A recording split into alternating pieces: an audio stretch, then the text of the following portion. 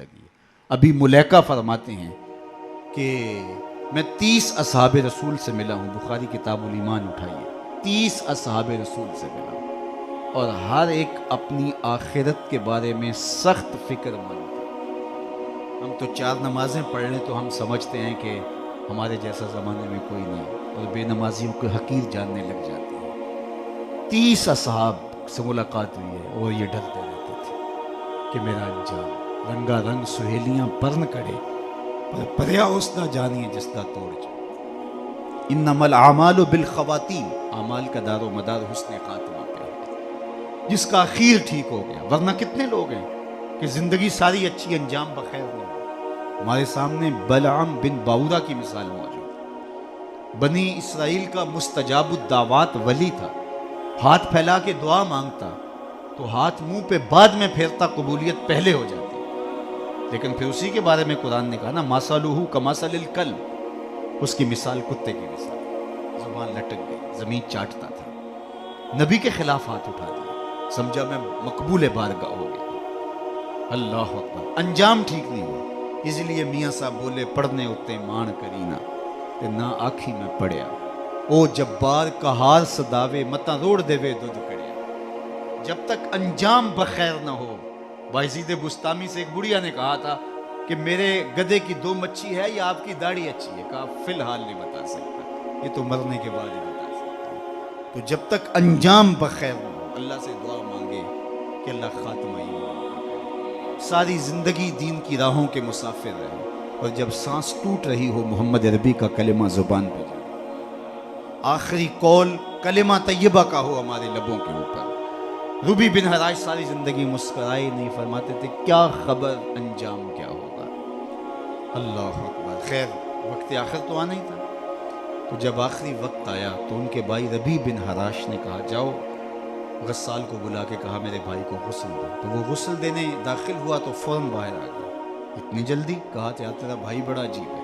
کہا ہوا کیا؟ کہا نحنو نغتسلہ وہو یتبسم، ہم اسے غسل دیتے ہیں اور یہ آگے سے مسکرا۔ اقبال نے کہا تھا نا، نشان مرد مومن بات گوئیں چون مرگ آئے تبسم بر لب اوست، آ تجھے اللہ کے بندے کی نشانی بتاؤں، جب موت آتی ہے تو اس کی پیشانی پہ ندامت کا پسینہ نہیں ہوتا، اس کے لبوں پہ کامیابی کی مسکراہٹ پھیل جاتی۔ یا تیرا بھائی بڑا عجیب ہے، نحنو نغتسلہ وہو یتبسم، ہم اسے غسل دیتے ہیں وہ آگے سے مسکراتا ہے۔ کہا میرے بھائی نے قسم کی تھی جب تک اچھا انجام نہیں دیکھوں گا نہیں مسکراؤں گا۔ پورے شہر میں شور مچ گیا، ایک بندہ مرنے کے بعد مسکرایا ہے۔ بعض لوگ تو بہت خوش ہوئے، بعض نے کہا یہ گھڑی ہوئی کہانیاں ہیں، یہ مریدین کا اعتقاد ہے، ان کا حسن اعتقاد ہے، کیسے ہو سکتا ہے مرنے کے بعد مسکرائے۔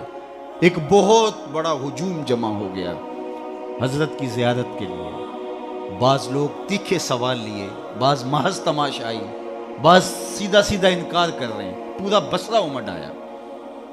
اتنے میں انہیں غسل دے کے چارپائی پہ ڈال کے کفن بھی ڈال دیا گیا تھا۔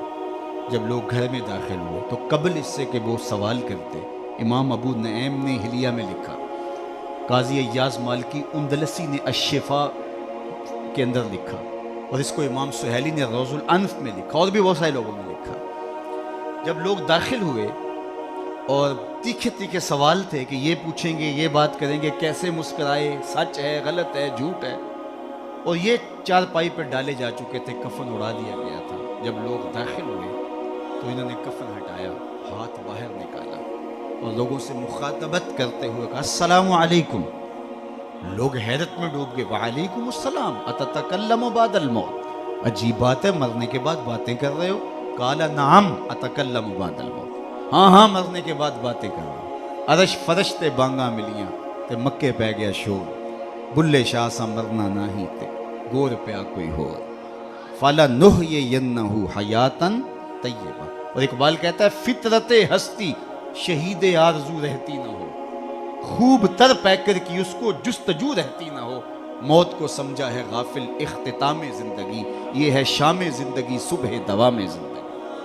فَلَنُحْيِيَنَّهُ حَيَاتًا طَيِّبَةً کا روپ ظاہر ہوا، ہاں ہاں مرنے کے بعد باتیں کر رہا ہوں۔ لوگوں نے کہا بتا تیرے رب نے تیرے ساتھ سلوک کیا کیا؟